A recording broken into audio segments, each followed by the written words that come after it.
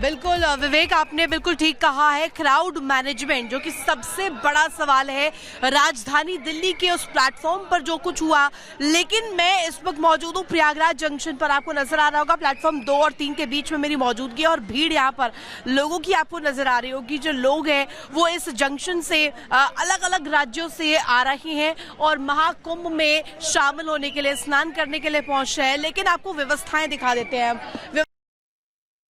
आपको यहाँ पर जो ये आरपीएफ के जवान हैं वो तैनात नजर आ रहे होंगे। यहाँ पर पुख्ता इंतजाम किए गए हैं।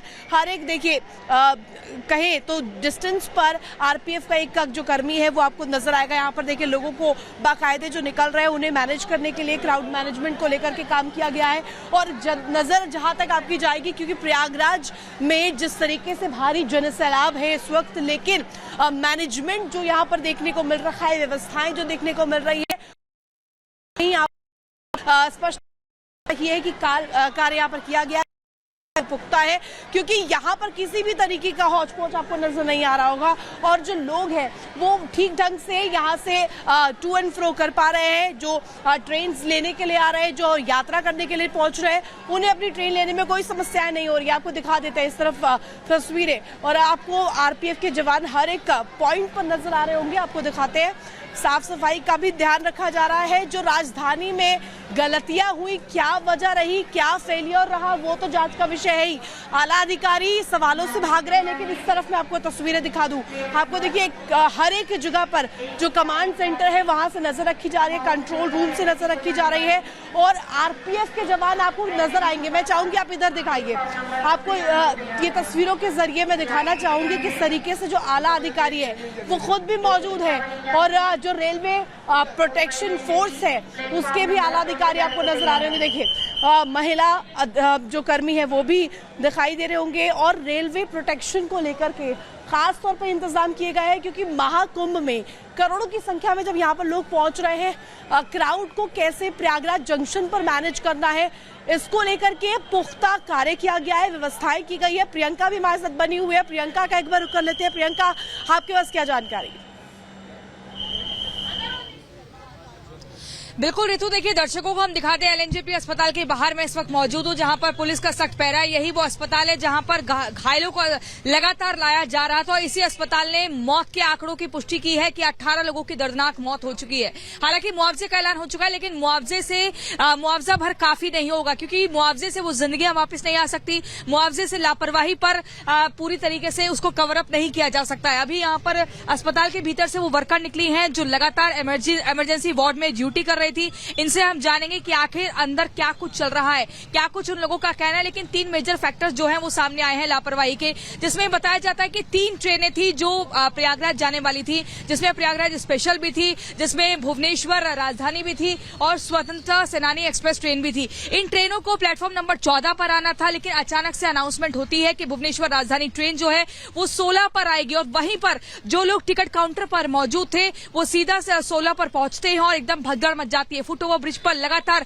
भीड़ का हुजूम देखने को मिलता है और उसके बाद जैसे वो सीढ़ियों से नीचे की तरफ उतरते हैं वहां से फिसलते हुए चले जाते हैं। जिन लोगों का बैलेंस बिगड़ जाता है वो उस भीड़ में दब जाते हैं और मौत के शिकार हो जाते हैं। सवाल यही कि आखिर क्राउड मैनेजमेंट को लेकर एक मास्टर प्लान तैयार क्यों नहीं किया गया था, क्योंकि कल शनिवार का दिन था और पिछले 2 बार से हम देख रहे हैं कि जब भी वीकेंड आता है ऐसे रेलवे स्टेशन पर भीड़ ज्यादा बढ़ जाती है, क्योंकि अब महाकुंभ का एकदम अंतिम पड़ाव चल रहा है और ऐसे में लोग सोचते हैं कि वीकेंड में हम जाएंगे, एक दिन में जाएंगे, अगले दिन आ जाएंगे, आस्था की डुबकी लगाकर आ जाएंगे। तो ऐसे में व्यवस्था दुरुस्त होनी जरूरी थी, क्योंकि 29 जनवरी की तारीख आप या हम या कोई भी भूल नहीं सकता है जब महाकुंभ में 30 लोगों की मौत हो गई थी। अगर 2013 की हम बात करें जब कुंभ हुआ था प्रयागराज में, तब भी 36 लोगों की प्रयागराज स्टेशन पर दर्दनाक मौत हुई थी। तो ऐसे में क्यों नहीं व्यवस्था बनाई गई, क्यों ये चूक हुई, क्यों बार बार रेलवे प्रशासन जो है इस पूरी खबर को महज एक अफवाह बता रहा था। और जब बार बार इस खबर के आने से जैसे हड़कंप मचा, बहुत देर बाद इसको कहा गया कि हाँ जी भगदड़ हो गई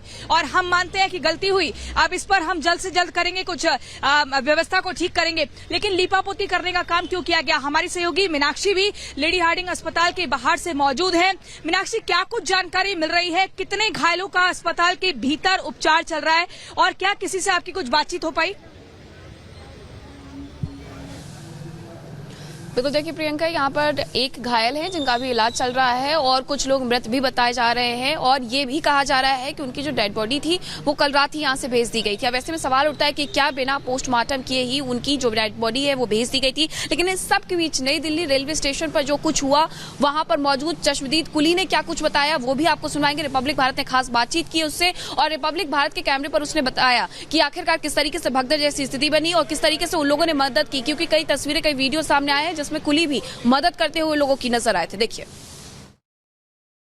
क्या नाम है आपका? अजीत है, साहब राजस्थान से। अच्छा, आप यहाँ कुली का काम करते हैं? कुली के काम करते हैं। क्या देखा आपने, क्या हुआ था? शाम को 12 नंबर वाली गाड़ी 16 पे बोल दी। पहले ही बहुत भीड़ थी हजारों में।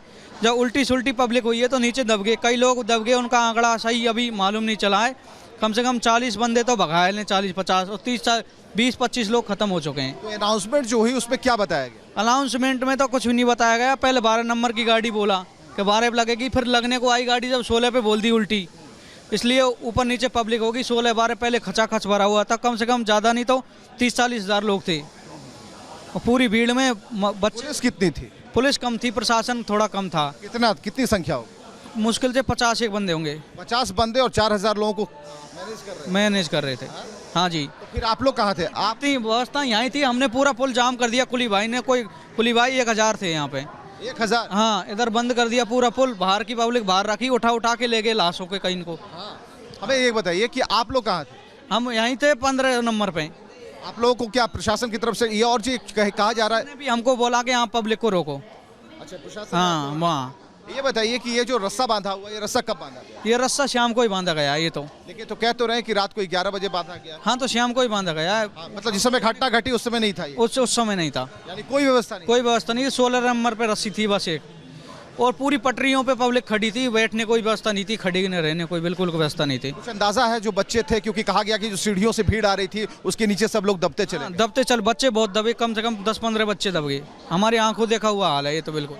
तो यहाँ पर आप देख पा रहे हैं कि जो लोग हैं, आज खासकर जो कुली हैं, जो लोगों का सामान उठाते हैं, इनकी संख्या तकरीबन 1000 के करीब थी और 1000 कुलियों को प्रशासन की तरफ से ये भी कहा गया था कि भाई आप वहाँ से भीड़ को हटाइए। यानी कि जो काम प्रशासन को करना था वो इन कुलियों को बताया गया कि आप हमारी मदद कीजिए। इन्होंने मदद की, लेकिन जो आंकड़े ये बता रहे हैं कि भाई यहाँ महिलाएं और बच्चों का बुरा हाल था, व्यवस्थाएं बिल्कुल नहीं थी और 40-50 हज़ार लोग अगर यहाँ जुट जाएंगे जो ये कह रहे हैं, उस हिसाब से 50 पुलिस वाले क्या कर लेंगे। और ऐसे में जब व्यवस्थाएं नहीं थी, रस्से का इंतजाम नहीं था, उन्हें रोकने वाला कोई नहीं था, भीड़ को नियंत्रित करने के लिए जो क्राउड मैनेजमेंट होना चाहिए उसकी कोई रणनीति नहीं थी, तब घटनाएं होंगी। और जो घटना घटी वो बहुत दुखद है और हम चाहते हैं कि जो भी कैजुअलिटी के आंकड़े हैं वो ज़्यादा ना बढ़ें, जो नंबर्स आए हैं वो वहीं रुक जाएं। रिपब्लिक भारत बस यही चाहता है। विवेक, रिपब्लिक भारत से।